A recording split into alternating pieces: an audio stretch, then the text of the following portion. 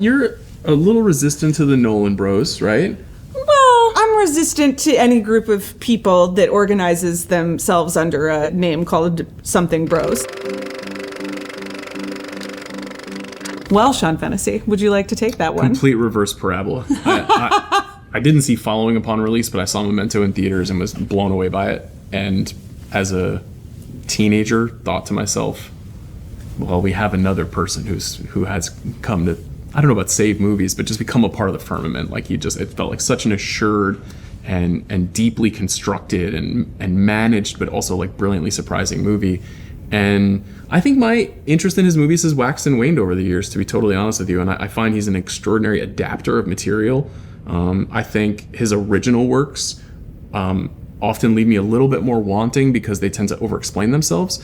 But when he's given rich source material, like Batman or The Life of Robert Oppenheimer or The Battle of Dunkirk or The Odyssey, I think there's no one better at doing stories like that at scale. And he obviously has a kind of technical wizardry that he brings to the table. He's always pushing the art form from a physical perspective in a way that I really admire.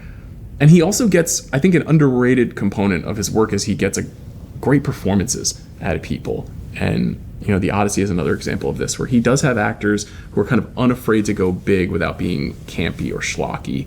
And I like that. I mean, I want to be wowed at the movies. And that really, I think that's his primary goal, is to really steal your breath. So while I definitely have quibbles with certain movies, and some of his best loved movies are not some of my favorites of his, I think he's like an essential figure in modern movies. Yeah. I have a similar relationship to Sean, except that we completely disagree on which are our favorite movies and which are not our favorite movies, which is part of the fun of Nolan. And I think even before he became Sir Christopher Nolan, head of the Nolan Bros and brand unto himself, there were a lot of people who were very involved. I mean, he makes huge blockbusters, and so you would go and you would see them, and one person would feel one way about Inception, and another person would feel another way, and you could argue about them. And so he's been at the center of a movie culture for a long time. And as movies have come back more and more into the consciousness, his reach has just grown, which is exciting to see. But at the end of the day, it's what Sean said, where he just does big things on screen in a way that no one else does anymore. And you get that feeling of, I am going to the capital M movies.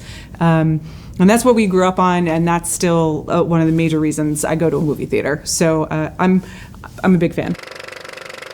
I think he really knows how to shoot essentially like what they call the big train set, like a lot of filmmakers like John Frankenheimer and Steven Spielberg and Michael Bay. There's like a lineage of filmmakers, Ridley Scott, who take on these kind of titanic, big scale productions.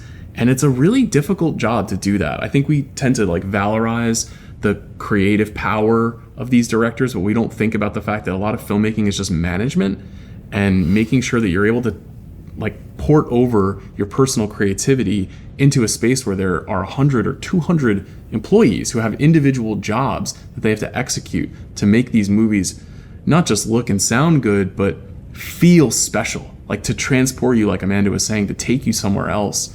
And you can tell he relishes that. I mean, he relishes that even with smaller scale stories. He gets excited by that kind of landscape, I think. I was going to say, he has the chutzpah also, which you can see in the themes of many of his movies. But there are not that many people that would think, okay, I can do this, and I'm gonna make a 3-hour The Odyssey, and I'm gonna film it all over the world, and I'm gonna this is within my powers to be as big as possible. But he has not yet blinked. So I think some of it is just will and ambition, and I admire it. Yeah. The over-explaining that I mentioned, this is the first movie where he lets it go. Yeah. It doesn't mean that there are not sequences in which details of particular movements are not explained, but there is something about what I feel is a recognition of the self in the movie that I find to be fascinating and thrilling. There's a kind of knowingness to saying, okay, you spent all this time trying to pick apart the mechanics of Inception and Interstellar. What if I just took all of the extraordinary skills and visual design that I brought to those movies, and I said, try not to think too hard about what this means or how it works. If you just go with it, if you just let yourself have a total cinema experience with me, I guarantee you I can give you something special. Now, I mean, I agree. It's kind of pure uncut Nolan without the fussiness either of the genre and the source material, and also the puzzle piecing of make it make sense. Even though I am sure tonight we will try to make it make sense after one or two drinks, but it is. He uses the architecture of, like, you know, sort of international spy totems that you like already know, and so you don't really have to do anything except go along for the ride. I think it has some of the best performances or most charming performances, and that self-awareness that is baked into this script. He knows what he's doing. He's trying to do it. I don't know that every other Christopher Nolan movie is in on the joke, and this one is really you're on the same team, and it's fun. Why do you think? Because you know you're a little resistant to the Nolan Bros, right? Well, I'm resistant to any group of people that organizes themselves under a name called something Bros. Right. Other than the Sean Bros, you respect. Is that your official name? I don't know. Can't really give that name. Well, no, because you know they can be quite dogmatic, Mm-hmm. and I think that the intricacy of his films in a plot and puzzle sense certainly lend themselves to a type of online discussion and revisitation that is rewarding and often paired with a, shall we say, accessible emotional arc in all of the movies. So they are just they're movies for their time and for the way that we all talk about movies and maybe also express our feelings. So I think that has a lot to do with it. And also I think, you know, it's just a generation that started watching movies as he was making them. And so if you grow up with him, and as his canvas gets bigger and bigger, your interest in the films and in cinema gets bigger as well. So I think that can convey a sense of ownership to a certain group of people in a positive way of this is our guy. We're on this ride together. I think an interesting line of thought is what would have happened if Nolan had not decided to make any Batman films? How would his fandom have operated? How would his career look now? Because, you know, that stretch of time before Batman Begins, where he's making films like Insomnia and he's working on The Prestige, you know, these are largely original or original-ish adaptation films that are working in more modest means, and we had no real preconceived notions of those stories until we sat down and watched them. And with Batman, I think, comes a certain kind of spring-loaded fandom that is very eager to express how it feels about those adaptations. Fortunately for him, like, he was very well suited to making Batman movies, and, you know, we can debate whether or not all three are effective, or, you know, whether The Dark Knight is the greatest superhero movie. There's all kinds of tributaries of discussion that you can have around those three movies. Which, again, is one of the reasons that he has a fan base, because people want to just keep arguing about Exactly. But the flip side of that conversation is I don't think Inception or Interstellar would get made if he doesn't make the Batman films. And I think he was very savvy about knowing that investing in an IP project at the right time in history would allow him to kind of keep escalating the stories he wanted to tell. And I believe him when he says he saw something in Batman that really moved him, but he used it also very wisely in terms of the mechanics of his career. So they're inextricable, and yet if you just took those three movies out and he went from The Prestige to Inception to Interstellar, he would certainly have a similar fandom, but it would feel different. I don't think it would be as, at times, hysterical. And I wonder how my attitude about him would shift too. And I say that as somebody who loves the Dark Knight. But doing those three movies puts just a completely different gloss on the arc of his career. Oh, without spoiling too much of the Odyssey, I'm a Pattinson girl forever and ever. Ludwig Göransson and Hans Zimmer are in this death race now for who will be his greatest composer, right? I mean, Zimmer has done some of his most memorable work with Nolan, and I think he probably went up a level, not just in terms of esteem, but just notoriety because of the Batman films in Inception and the Brong moment. But I was so struck by what Göransson did in the Odyssey, and I'm such a fan of his as well. And so I love the two of them together. I think Hoyte van Hoytema has really developed something really special with him, and the way that they're pushing themselves to use IMAX cameras to capture these incredible vistas that they're creating seems really special and frankly very hard. Those cameras are so big. Huge. They're just really large. Yeah, and Hoyt has been on the show and he talked about it, and like, you know, those are not easy movies to make, so I like that. I would be remiss without saying Cillian Murphy, who I think is kind of one of his signature actors and gets incredible work. They just have a very special union, and if they're making a movie together, I'm even more interested than I normally would be.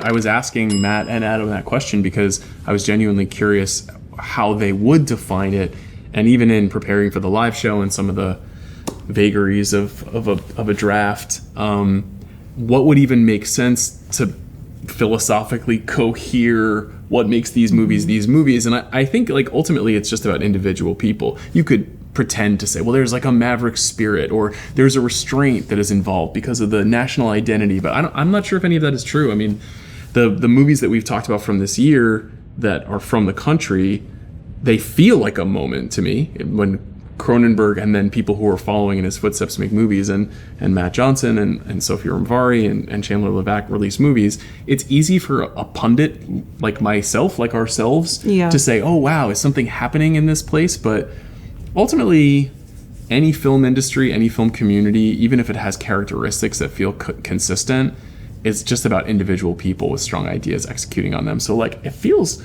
I'm not sure if I have the temerity to say this defines Canadian film. Also, just to be clear, in the draft, we absolutely cheated, you know, and I said as much on stage, but to figure out what would be eligible was a lot of unwinding of what we know as Americans that is just cinema history and has also been presented as places other than Canada, sometimes unspecified. Mm-hmm. But so we picked a lot of things that were not, you know, quintessentially Canadian. And I think, you know, this wave this year, this grouping, maybe it doesn't feel, with the exception of Nirvana, I guess, and Cronenberg, like specifically Canadian, but it doesn't feel like Hollywood either. You know, they feel of their own place. And so that's exciting. And that's really all you want as a film goer, is to go somewhere else through the film. I think both movies feel very handmade. They feel like they're made by people with a tremendous amount of intent. They also, neither one of the films feel very rushed to me. They feel like they live very deeply inside their own worlds. I don't know if that speaks to anything specifically about the Canadian film industry or Canadian filmmakers, but even though their individual energies are so radically different, and one is so high octane and fun and breakneck, and the other is much more meditative and thoughtful and sincere, they seem to be kind of talking to each other, I think, about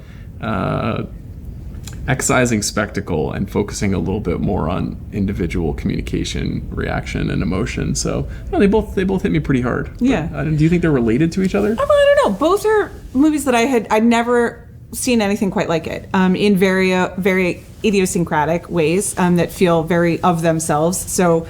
And then they both happen to be Canadian. So I, being American, really can't judge whether that's a specifically Canadian thing. But certainly Nirvana, you know, showed me Toronto in a way that I had not seen before, and also connected things about films made in Toronto in a new way. So that was interesting. And I mean, Blue Heron is just so beautiful on its own as a personal portrait. And maybe there is something about those movies being made outside of the Hollywood system that allows them to feel more personal and handmade, as Sean said. But yeah, I love them both. I was in Roncesvalles earlier today and walking down the street, getting ready to shop for some Blu-rays, which is my personal pastime. And Matt was on the street corner, literally talking excitedly into a cell phone about something he was trying to get done, I think in the act of making a film. It was totally random. We had not planned it.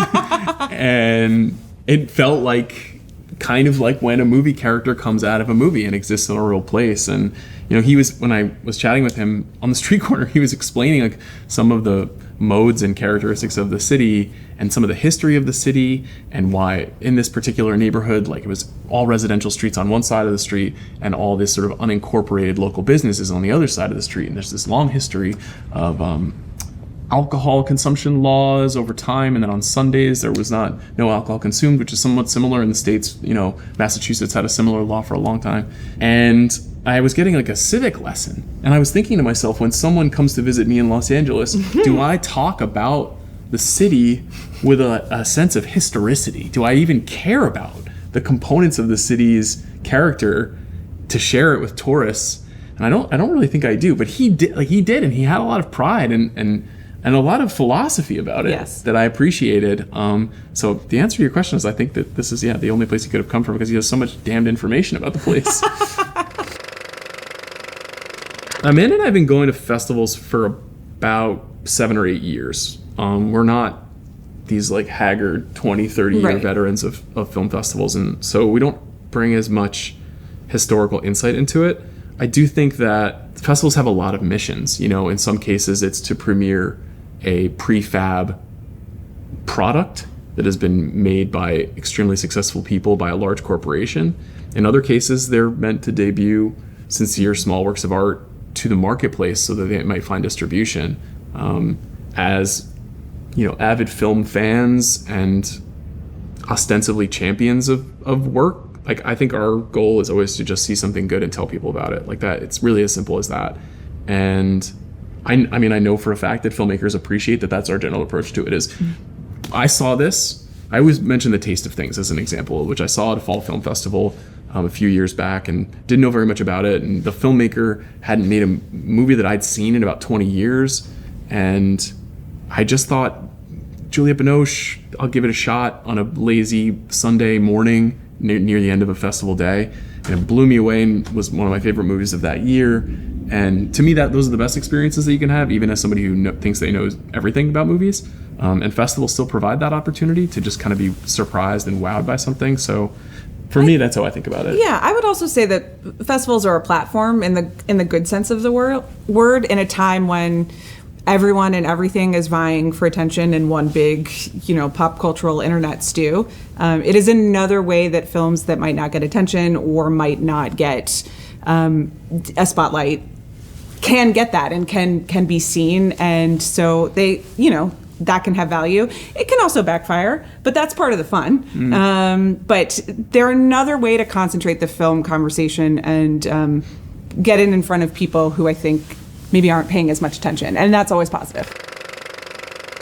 We're still a little bit surprised every time in the best possible way. I do think that some of it is related to the pandemic, and that was a time when people could not go anywhere and thus had the time to check out movies at home, which made possibly the movie culture and just this idea of being a cinephile something that was more accessible to a younger group of people. And then once the world opened back up, people are realizing that they can go out in the world and be a part of that culture, like in person. And so you're seeing the rep theater trends, and you're seeing, the explosion of Letterboxd, and it being a point of interest and pride for a lot of people. But it's great. I really did not see that one coming. I didn't either. I think related to what Amanda is saying, there's something about moviegoing that is both private and communal at the same time. And I think during the pandemic, a lot of people who were in high school and college at that time who weren't able to have the same experiences came to feel very private. It was a very enclosed kind of lifestyle that they were living. And movies are not like going to a bar or going to a sporting event or even going to a concert. Like, you do have to be quiet and observe and absorb and take it in. And then if you want to afterwards, you can go have a social experience. You can hang out in the lobby, you can go get a drink with someone, you can go back to your house with friends and talk about what you just saw. Or you can race to Letterboxd or Reddit or anywhere else you want to go to talk about what you just experienced. And so it's kind of giving you both ends of the culture. Like, I think where the culture sits right now, which is a lot of people with their head in their phone, but also kind of craving connectivity in a way that is almost unenunciated culturally. So I guess I'm definitely a little bit surprised by how much it has roared back.